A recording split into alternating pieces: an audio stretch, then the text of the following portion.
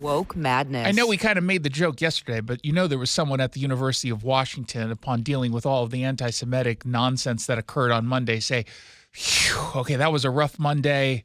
The rest of the week is going to be pretty simple. What's happening again tonight? Come again? Riley Gaines is giving us. Oh, God. Worst timing ever. Why? Why?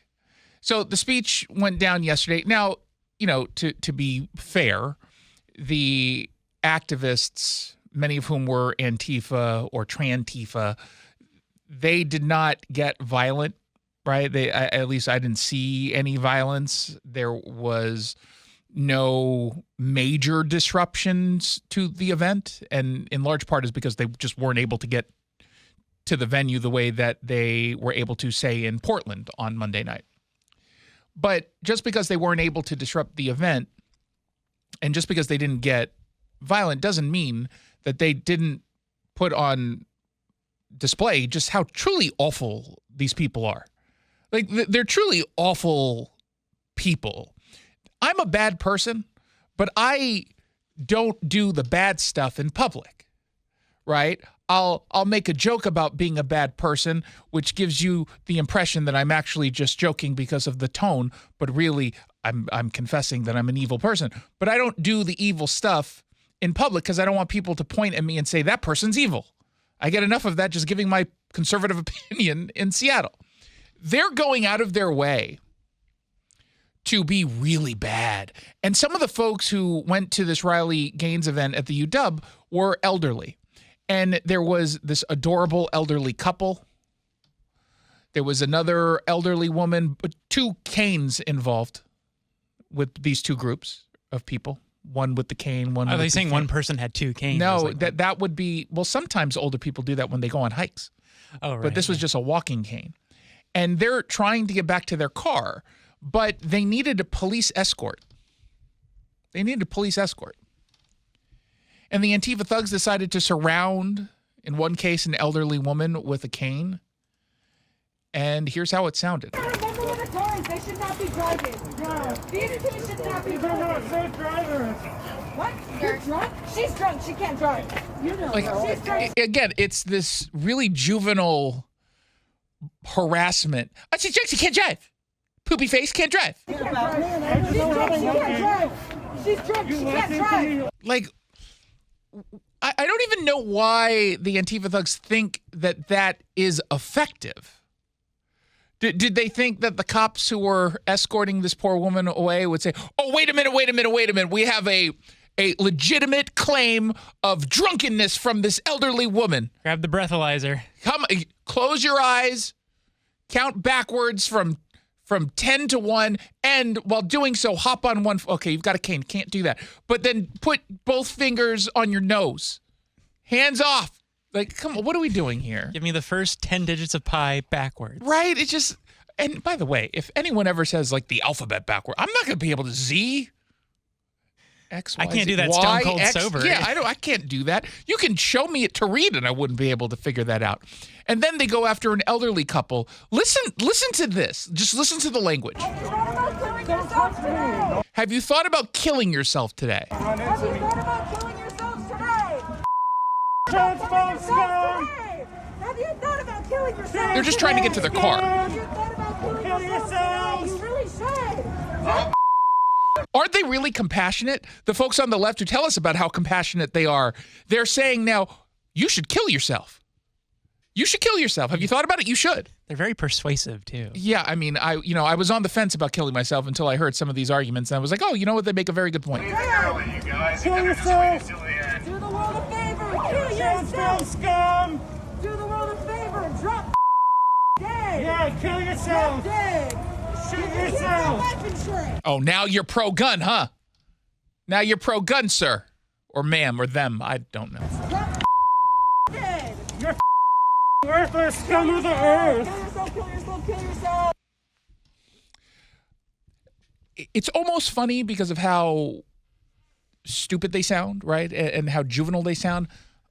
But how else can you describe these people other than evil? And the irony of them calling them worthless when these people contribute literally nothing to society. Hey, one of them undoubtedly made my coffee the other day at a Starbucks. I had a cortado with heavy cream.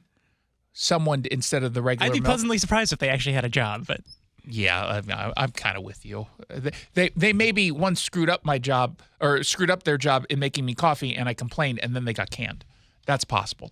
So Jeremy Harris from Como, the only guy over at Como who's worth watching, he spoke to some of these protesters to ask them why they're harassing elderly people. What is that about? You're telling them you hope they die in a car crash? Why do that? I mean, why are you doing that? It'd be better without them. They don't have a right. You really can talk to them.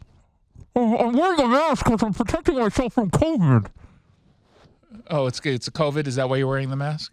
Think about killing yourself today. Have you thought about dying today? Do it. Before someone does it for you. Before someone does it for you. That's called murder. You degenerate. That's called murder. And keep in mind, again, the Venn diagram of people who support Luigi Mangione or whatever, and the people who use language like this to talk about elderly people who dare to hold a mainstream position on gender identity, like they're the same people. There's overlap. And, you know, it's funny because you hear from a protest organizer like Kay, who calls out the bullies. Keep transphobes off campus, keeps trans people safe. That's their entire push, is just to bully the most vulnerable people in society to get themselves power and attention. Bully the most vulnerable people in society. Bully the most vulnerable. It kind of feels like those elderly people are pretty vulnerable. One with a cane. And it kind of feels like they were being bullied. Huh. Weird how that works.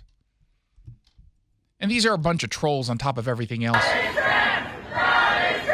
God is trans. Oh, okay.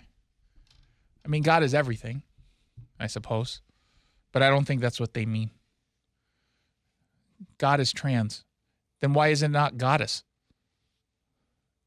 Well, I guess they don't say which direction. yeah, that's true. Okay, here's someone who actually went because he cares about the girls and women in his life. This is not anti-anyone. This is not anti-trans. This is pro-girls and pro-women. And, I'd go to war for any of my girls. That's a good guy. He happens to be a coach. I'm proud to say he's from the great city of Issaquah. Is too. he? Do you know him? I don't, but Because Issaquah is not that big of a city, it's not. but you don't know him. I don't know him, no. But he's one of the good ones. There's like 5 of us. I know. Well, you should know him. You guys should get together for a cup of coffee made by a barista who showed up here to shame them. Just, I would not drink the coffee if I were him. You're probably going to be okay, but he'll get coffee spit into.